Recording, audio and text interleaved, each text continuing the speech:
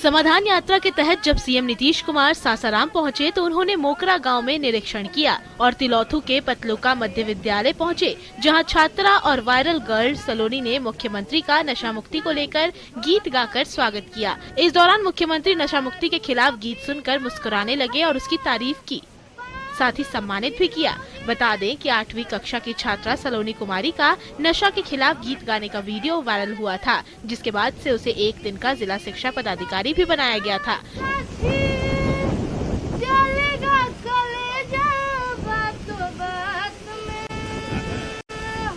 सलोनी शराब पीने से होने वाले नुकसान को गीतों के जरिए लोगों तक पहुंचाती है और उन्हें जागरूक करने का काम करती है।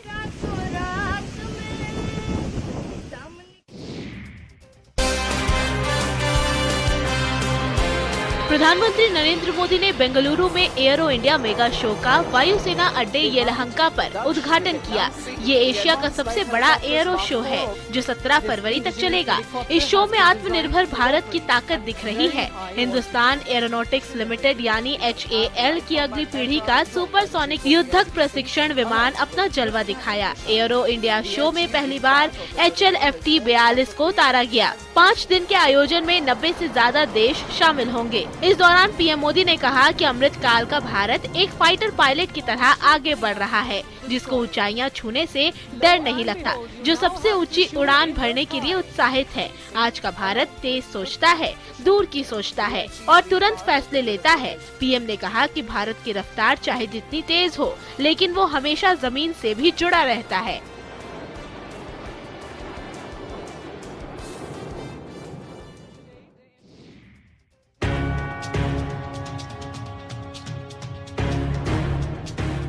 झारखंड के प्रवासी मजदूरों का विदेशों में फंसने का मामला एक बार फिर सामने आया है। इस बार झारखंड के 36 प्रवासी मजदूर ताजिकिस्तान में फंसे हुए हैं। मजदूरों को काम के बदले कंपनी की ओर से 4 महीने से मजदूरी नहीं दी जा रही है, जिससे मजदूरों के सामने खाने पीने का संकट उत्पन्न हो गया है। मजदूरों ने मदद के लिए भारत सरकार और झारखंड सरकार के नाम त्राहिमाम संदेश भेजा है। सरकार से कहा है कि जिस कंपनी में ये मजदूर काम कर रहे थे, उसने 4 महीने से वेतन नहीं दिया है। पैसे के अभाव में मजदूर दाने दाने को मोहताज हैं। मजदूरों ने सोशल मीडिया में वीडियो शेयर कर अपनी पीड़ा को साझा करते हुए सरकार से वतन वापसी की गुहार लगाते हुए बकाया मजदूरी भुगतान की मांग की है। ताजिकिस्तान में गिरिडीह, बोकारो, हजारीबाग और धनबाद जिले के विभिन्न प्रखंडों के 36 प्रवासी मजदूर फंसे हुए हैं। बता दें कि यह कोई पहला मामला नहीं है जब दलालों के चक्कर में पड़कर गरीब तबके के लोग विदेशों में फंस जाते हैं। इससे पहले ताजिकिस्तान में भी 44 मजदूरों के फंसने का मामला सामने आया था।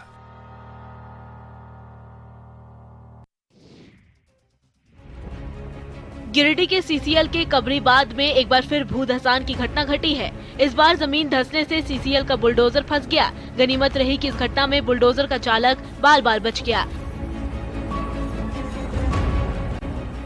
बताया गया कि कबरीबाद माइंस क्षेत्र में रास्ता बनाने के लिए बुलडोजर को लेकर ड्राइवर जा रहा था। इसी दौरान ये घटना हुई। यहाँ जमीन धंस गई और जमीन के धंसते ही बुलडोजर उसमें फंस गया। इस दौरान ड्राइवर को मामूली चोट आई है। घटना के बाद अफरा तफरी का माहौल हो गया। मामले की सूचना परियोजना पदाधिकारी को दी गई, जिसके बाद CCL के अधिकारी वहां पहुंचे और बचाव कार्य शुरू किया गया। बता दें कि CCL क्षेत्र में पुलिस प्रशासन की लगातार कार्रवाई के बावजूद अवैध कोयला खनन थमने का नाम नहीं ले रहा है, जिसकी वजह से आए दिन दुर्घटनाएं सामने आती हैं। आज भी बड़ी दुर्घटना होते होते बची। यहाँ दिन के उजाले में अवैध कोयला खनन का संचालन किया जा रहा है। इधर CCL प्रबंधन और पुलिस लगातार कार्रवाई करने में जुटी हुई है। बावजूद इसके कोयला खनन बदस्तूर जारी है।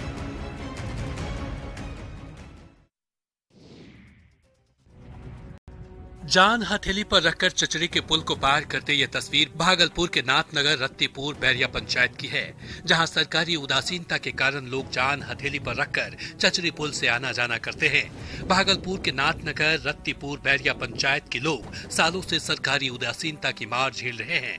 रत्तीपुर बैरिया पंचायत के लोग जान हथेली पर रखकर चचरी के पुल से आना जाना करते हैं। यह पुल गाँव जाने का एकमात्र साधन है, लोगों का कहना है कि इस चचरी के पुल से बच्चे, महिलाएं सभी गुजरती हैं, जिससे हमेशा जान का खतरा बना रहता है। बाढ़ के दिनों में चचरी का पुल डूब जाता है, जिससे परेशानी और बढ़ जाती है। साल में 3 महीने बाढ़ में चचरी पुल डूबा रहता है, जिससे कि बच्चे पढ़ाई नहीं कर पाते हैं। 3 महीने बच्चों की पढ़ाई बंद रहती है, जबकि चुनावी समय में नेताओं का गाँव आना जाना होता है। हर बार पक्के पुल का आश्वासन मिलता है, लेकिन आज तक पक्के पुल का निर्माण नहीं हो सका है। ऐसे में हर साल गाँव के लोग आपस में चंदा कर चचरी पुल का निर्माण करते हैं।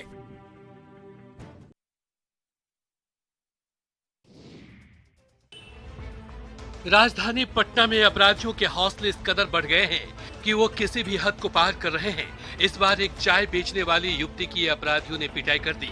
दरअसल सचिवालय थाना क्षेत्र के विकास भवन के पास टी स्टॉल लगाने वाली एक महिला की एक गुंडे ने इसलिए जमकर पिटाई कर दी क्योंकि उसने अपनी बेची हुई चाय के पैसे मांगे थे। महिला को गुंडों ने बीच सड़क पर पीटा। इस दौरान चाय दुकान पर काम करने वाले एक बच्चे का सिर भी फूट गया।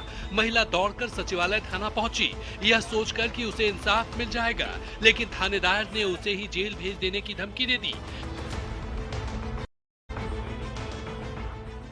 थानेदार ने कहा, अवैध तरीके से स्टॉल लगाती हो और पुलिस के पास न्याय के लिए पहुंचती हो। पीड़ित का कहना है कि आखिर पटना पुलिस किसके लिए है? वह आम महिला को सुरक्षा नहीं दे सकती तो लोग फिर कहां जाएंगे? हालांकि जब न्यूज 18 ने इस खबर को प्रमुखता से दिखाई, तब जाकर सचिवालय थाना पुलिस ने केस दर्ज किया।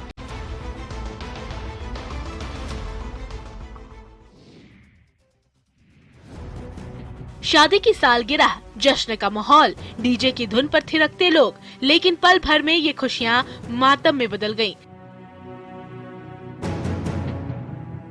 तस्वीरें हैरान करती हैं। क्या दिल ऐसे भी धोखा दे जाता है? वीडियो देखिएगा जरा गौर से। डांस फ्लोर पर कई लोग थिरक रहे हैं, तभी एक शख्स को दिल का दौरा पड़ा और वो झूमते झूमते गिर पड़ा। तस्वीरें उत्तर प्रदेश के प्रयागराज की हैं। जिन्हें दिल का दौरा पड़ा वो हैं करीब 42 साल के दवा कारोबारी अमरदीप वर्मा। उनकी साली की शादी की पहली सालगिरह थी। गेस्ट हाउस में सेलिब्रेशन पार्टी रखी गई थी। तमाम दूसरे मेहमानों के साथ अमरदीप वर्मा भी डांस फ्लोर पर डीजे की धुन पर डांस कर रहे थे। तभी हार्ट अटैक आया। आनन फानन में उन्हें अस्पताल लाया गया, लेकिन कारोबारी की तब तक मौत हो चुकी थी।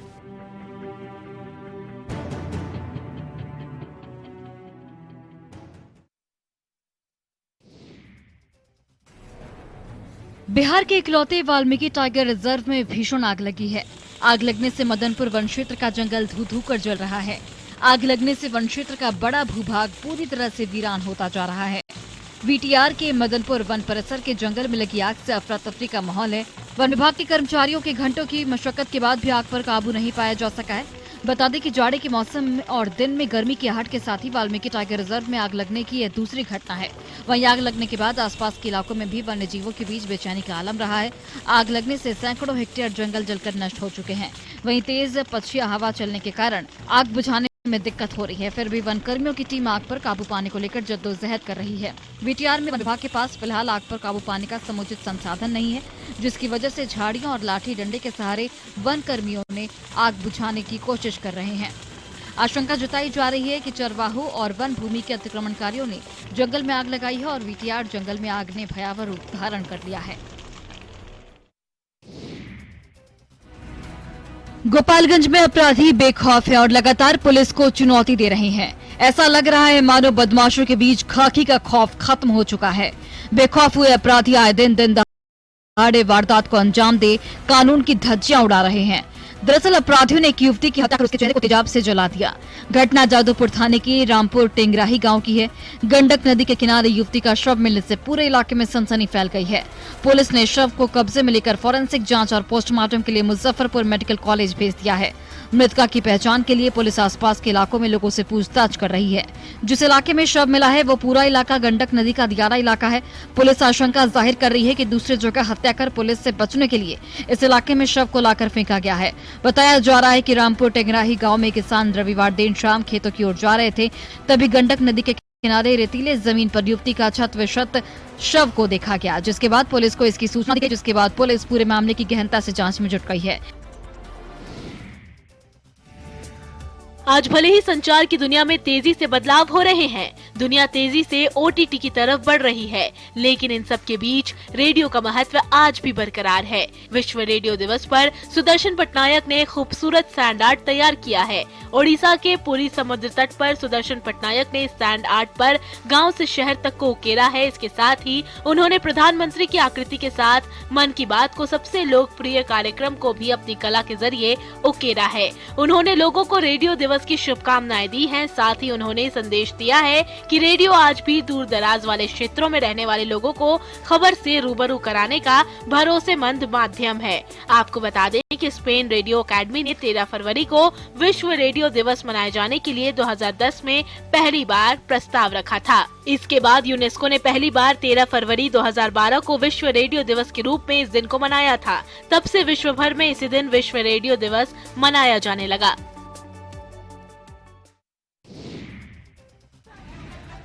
मुंगेर में सरकार की तरफ से आयोजित खो-खो खेल प्रतियोगिता में खिलाड़ी और रेफरी आपस में भिड़ गए। दोनों एक दूसरे के साथ हाथापाई करने लगे। अब वीडियो सोशल मीडिया पर तेजी से वायरल हो रहा है। हालांकि न्यूज़ 18 वायरल वीडियो की पुष्टि नहीं करता है। बताया जा रहा है कि खो-खो खेल प्रतियोगिता के दौरान रेफरी ने नियमों में उलटफेर और गलत डिसीजन दे दिया। रेफरी को बार बार कहने के बाद भी जब उसने अपनी गलती में सुधार नहीं किया तो खिलाड़ियों ने रेफरी का वीडियो बना लिया। इस वीडियो बनाए जाने को लेकर उपस्थित रेफरी और आयोजित उत्तेजित होकर वीडियो बनाने वाले का मोबाइल छीनकर पटकने लगे और मारपीट करने लगे। इस दौरान कुछ देर तक पूरा मैदान रण क्षेत्र में बदल गया और इसका वीडियो बनाकर किसी ने वायरल कर दिया। वीडियो में देखा जा सकता है कि किस प्रकार रेफरी और आयोजकों के द्वारा छात्रों को पीटा जा रहा है। खिलाड़ियों का कहना है कि इसको लेकर शिकायत भी की गई पर किसी ने नहीं सुना। खिलाड़ियों ने आरोप लगाया कि रेफरी को नियम के बारे में कोई जानकारी नहीं है।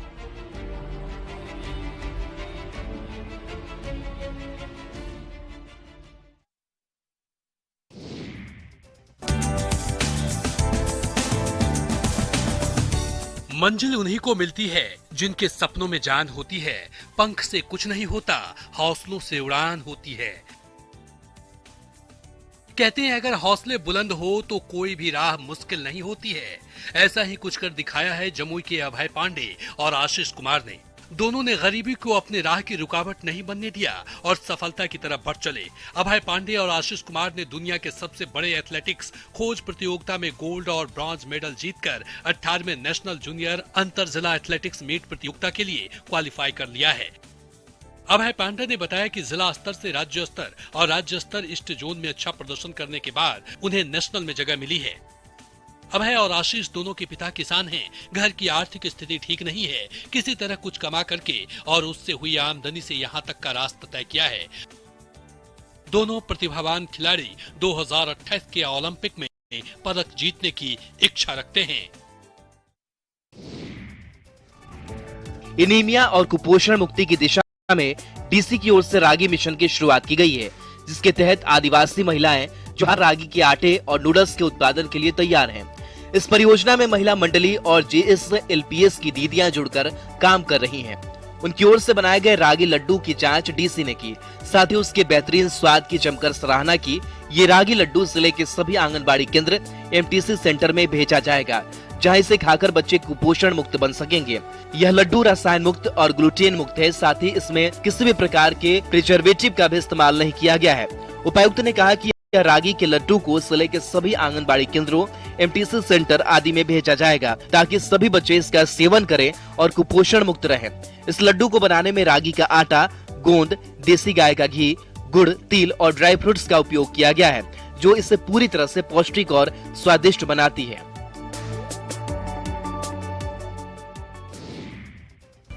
अभी तक आपने इंसानों के आधार और हेल्थ कार्ड के बारे में सुना होगा, लेकिन हम आपको बता दें कि अपने देश में मवेशियों का भी आधार और हेल्थ कार्ड बनता है। चौंकिए नहीं, ये आधार कार्ड बनते हैं चित्रकूट की सदगुरु गौशाला में। ये गौशाला जिला मुख्यालय से 20 किलोमीटर दूर स्थित है। यहाँ मौजूद 1400 गाय हैं, जिसमें लगभग 1100 गौवंशों का डिजिटल आधार कार्ड बना हुआ है। यहाँ रहने वाले अधिकांश गौवंश वो हैं जिनके मालिकों ने उनको छोड़ दिया है। यहाँ इनको शरण देकर उनके पालन पोषण का काम किया जाता है। इतना ही नहीं, यहाँ हर एक गौवंशों का डिजिटल आधार कार्ड बनाया जाता है, जिसमें गायों के जबड़े का फोटो लेकर उनका सभी डेटा सॉफ्टवेयर में फीड किया जाता है। इस डिजिटल आधार कार्ड में गायों का नाम, लंबाई, चौड़ाई, वजन, पूर्व में कौन सी बीमारियां और कौन कौन सा इलाज दिया गया है, ये पूरा डेटा मौजूद है। इस आधार कार्ड के बन जाने से गौवंशों के खोने का भी खतरा नहीं होता है। इतना ही नहीं, गंगा आरती की तर्ज पर और उसी निश्चित समय पर प्रतिदिन गौ आरती भी होती है, जिसमें गौ प्रतिमा की आरती के बाद गौवंशों की आरती भी की जाती है। मध्य प्रदेश के पन्ना टाइगर रिजर्व से एक डरावनी तस्वीर सामने आई है, जिसे देखकर लोग हैरत में पड़ गए हैं। टाइगर रिजर्व में पर्यटकों की जीप बाघिन के परिवार के काफी नजदीक पहुंच गई, जिससे नाराज होकर बाघिन दहाड़ने लगी। दरअसल पन्ना टाइगर रिजर्व में जिप्सी चालकों की एक बड़ी लापरवाही सामने आई है, जिसका वीडियो सोशल मीडिया पर जमकर वायरल हो रहा है। वीडियो में देखा जा सकता है कि बाघिन अपने 2.5 माह के 4 शावकों के साथ जंगल में टहल रही थी। जैसे ही वो जोड़ी नाला पार करने को पहुंची तो दोनों तरफ से पर्यटकों की जिप्सियों ने उन्हें घेर लिया। एक तरफ खाई थी, दूसरी तरफ पानी भरा था और दोनों रास्तों पर जिप्सियों की भीड़ थी। ऐसे में बाघिन और उसके बच्चे कुछ देर के लिए भ्रमित हो गए और एकाएक बाघिन दहाड़ने लगी। जानकारों के अनुसार ऐसी परिस्थिति में जब बच्चों के साथ बाघिन होती है तो आक्रमण कर सकती है। हालांकि बाघिन ने ऐसा नहीं किया, लेकिन थोड़ी देर के लिए बाघिन दहाड़ने लगी और वो अपने बच्चों के साथ भ्रमित स्थिति में यहाँ होने के बाद जंगल की ओर चली गई। वहीं अब प्रबंधकों के द्वारा ड्राइवरों पर कार्रवाई की बात कही जा रही है। देश की आर्थिक राजधानी मुंबई में रविवार को 100 साल पुरानी कारों को देखने के लिए लोगों की भीड़ उमड़ गई। इस रैली का आयोजन vintage and classic car club of India ने वेस्टर्न इंडिया ऑटोमोबाइल एसोसिएशन के सहयोग से किया। इस आयोजन में देश भर से 150 से ज्यादा कार और 2 पहिया वाहन शामिल हुए। इसमें सबसे पुरानी कार 1903 का हमर मॉडल भी देखने को मिली। इसके साथ ही राजा महाराजाओं की शान में 4 चांद लगाने वाली कई गाड़ियां भी यहां देखने को मिली। भले ही ये गाड़ियां आज सड़कों पर दौड़ती हुई नजर नहीं आती हों, लेकिन लोगों के बीच इसका जलवा बरकरार है। लोग इनके साथ सेल्फी लेने के लिए काफी उत्सुक दिखे।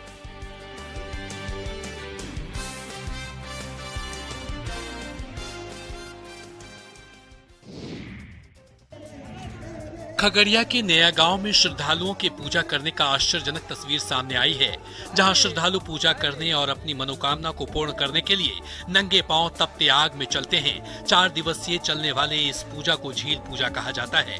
पूजा में शामिल होने के लिए बड़ी संख्या में स्थानीय लोगों के अलावा दूर दराज के क्षेत्र से महिला, पुरुष, बच्चे, बूढ़े सभी आते हैं। झील पूजा के दौरान बांस से बने झील के ऊपर आग पर चलने की परंपरा है। वहीं प्रसाद ग्रहण करने के बाद श्रद्धालु अपने मनोकामना मांगते हैं। झील पूजा का आयोजन खुले आसमान के नीचे आयोजित होता है। भक्त का कहना है कि अयोध्या के राजा दशरथ ने झील पूजा का शुरुआत किया था और पूजा के प्रसाद खीर को खाने के बाद राम, लक्ष्मण, भरत और शत्रुघ्न जैसे पुत्र की प्राप्ति हुई थी। भक्तों का मानना है कि सच्चे मन से पूजा करने वाले और आग पर चलने वाले भक्त के पैर नहीं जलते। इसके साथ ही उनकी मनोकामनाएं भी पूर्ण होती है। स्थानीय लोगों की मान्यता है कि भक्त के आग में प्रवेश होते ही उनकी सारी परेशानियां दूर हो जाती है।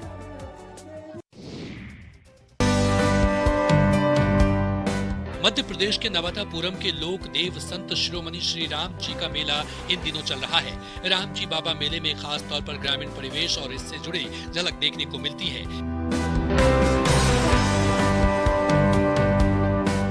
इसी के तहत नर्मदा कॉलेज मैदान पर बैलगाड़ी दौड़ प्रतियोगिता का आयोजन किया गया, जिसमें 60 बैलों की जोड़ी ने दौड़ लगाई।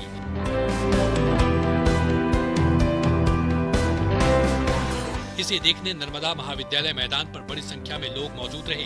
बैलगाड़ी दौड़ प्रतियोगिता में जिले सहित आसपास के ग्रामीण क्षेत्रों की बैल जोड़ियां शामिल हुई। प्रतियोगिता के खिताब पर कब्जा जमाने के लिए बैल जोड़ी मालिक और बैल जोड़ी दोनों जी जान लगाते नजर आए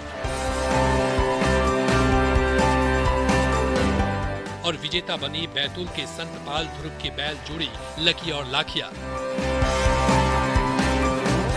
इनकी जोड़ी ने 6 मिनट 74 सेकंड में प्रतियोगिता जीतकर प्रथम स्थान हासिल किया।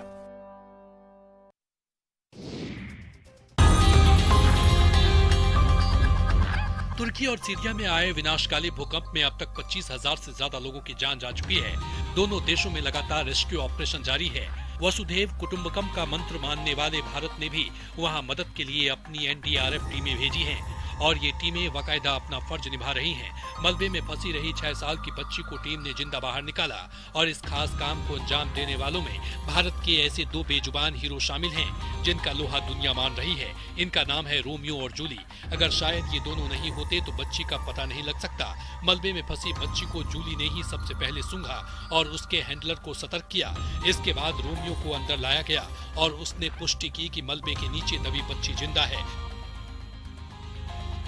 बच्ची को जिंदा मलबे से बाहर निकालकर सैन्य हेलीकॉप्टर से एयरलिफ्ट किया गया और इलाज के लिए तुर्की के हटे में भारतीय सेना के फील्ड अस्पताल में ले जाया गया। टीम का कहना है कि बच्ची की हालत स्थिर है और वह रिकवर हो रही है।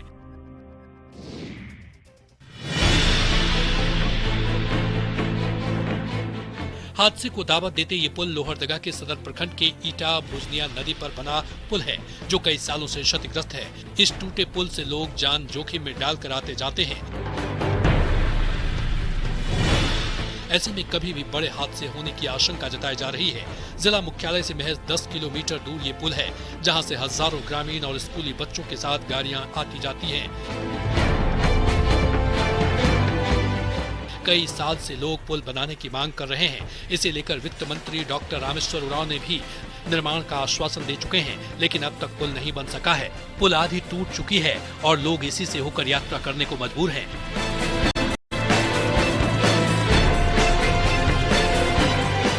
वहीं जिला प्रशासन की ओर से क्षतिग्रस्त पुल पर न तो बैरिकेडिंग लगाई गई है और न ही ग्रामीणों को रोकने की कोशिश की जा रही है। विभागीय अभियंता ने जल्द ही पुल निर्माण का भरोसा दिया है।